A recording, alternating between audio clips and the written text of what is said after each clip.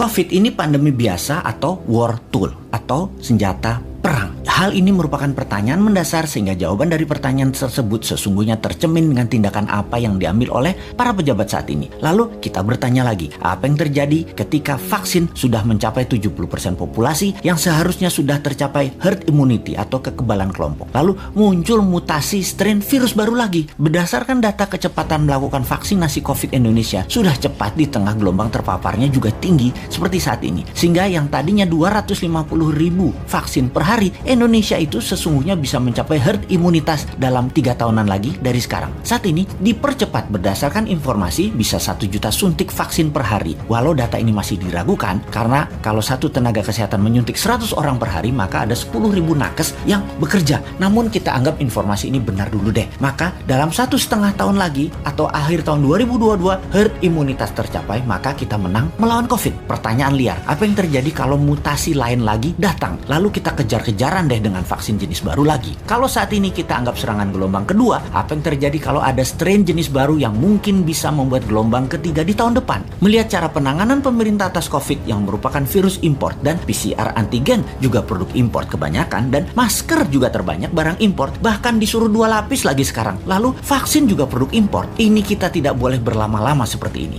Apa nggak kita balik aja sebaiknya? Inilah masa di mana produk lokal, misalnya masker, harusnya merupakan 90% masker yang beredar di Indonesia saat ini adalah buatan lokal. Antigen tes lokalnya harus 100%. Vaksin lokal harus 50%. Atau obat peningkat imunitas yang lokal harus digenjot. Agar kalau virus mutan lagi, kita nggak terus bergantung impor yang akan membuat ekonomi negara digerogoti uang keluar atau flight capital. Sudah cara bernegaranya membatasi uang beredar menjadi tipis di tanah air, uang tadi ditarik keluar dengan berbagai kebutuhan impor dan tunai di tanah air harus hidup dengan pinjaman dolar asing dan yuan. Rupiah kok jadi nggak berdaulat ya? Pastinya karena kebijakannya terlalu impor. Walau bisa terlihat benar karena semuanya dalam keadaan darurat, tapi kalau bernegaranya daruratnya berkepanjangan seperti ini, sebenarnya bisa nggak masuk kategori salah kelola atau mismanagement bernegaranya. Lebaran tahun 2020 nih ya, kita nggak boleh mudik, pulang kampung, mudik apalah itu. Lalu